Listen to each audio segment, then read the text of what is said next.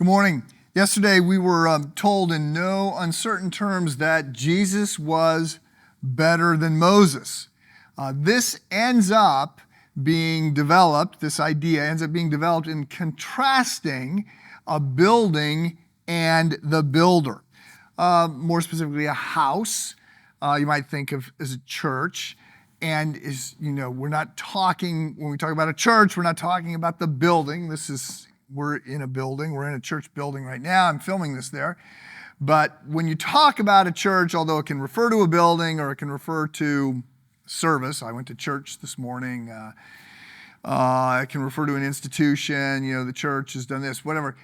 What we're really talking about is people.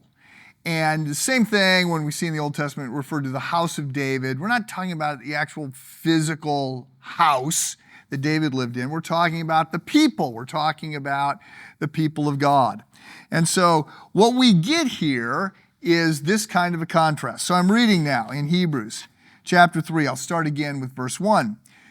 Therefore, holy friends who share in the heavenly calling, fix your thoughts on Jesus, the apostle and high priest, whom we confess, who we proclaim he was faithful to the one who appointed him, just as Moses was faithful in all God's house. So it almost sounds like Moses is the standard bearer here. And there's reasons to affirm Moses. Moses is a very, very important figure in Judaism. Not only because he was and he deserved it, but I want to be clear that the writer of Hebrews is going to build on Moses, not tear Moses down. There's no need to denigrate Moses. Christianity does not denigrate Judaism. It builds upon it. It says, yes, that is the platform. Jesus comes as the completion of Judaism. So, reading on. He was faithful to the one who appointed him, just as Moses, so that's Jesus, was faithful to the one who appointed him, just as Moses was faithful in all God's house. Jesus has been found worthy of a greater honor than Moses, just as the builder of a house has greater honor than the house itself. So, when we talk about celebrating a Rembrandt, we're marveling at the painting, but what we're really marveling at the end of the day is the painter. And so there's a sense in which, yes, we're marveling at the house, the building, but it's really the builder, and that is Jesus. Reading on.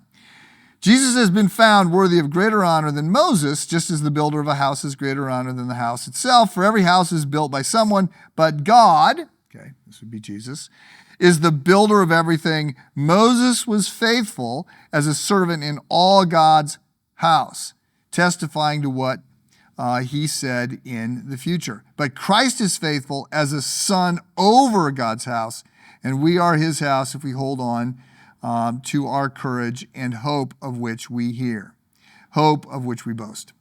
So in other words, Moses is great as far as Moses goes, but the comparison between Moses and Jesus is a comparison between a building and the builder, and it's the builder who we are ultimately going to celebrate. And this sets up a contrast, really, not just between Moses and Jesus, but there will be a contrast in the book of Hebrews between the old covenant, the law, and the new covenant, which comes through Jesus and his grace.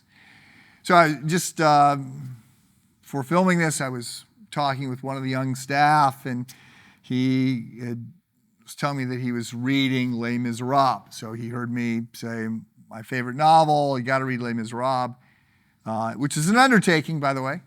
It's a thick book, but he was halfway through and celebrating that. And it has, Les Miserables, very complicated in all the moving pieces that are going on there, but it has a celebration of grace, especially that opening scene where Jean Valjean is given this gracious gift by the bishop, the Catholic bishop there.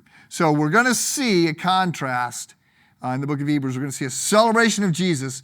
That celebration of Jesus is going to carry with it the celebration of the new covenant, celebration of grace as over against Moses, and the old covenant, the old deal that we had with God, which was very much works based. Keep the law and you will be blessed. The new covenant is we can't keep the law, but Jesus will keep it for us. And in Christ we get his credit and we dismiss our sin. Have a good day.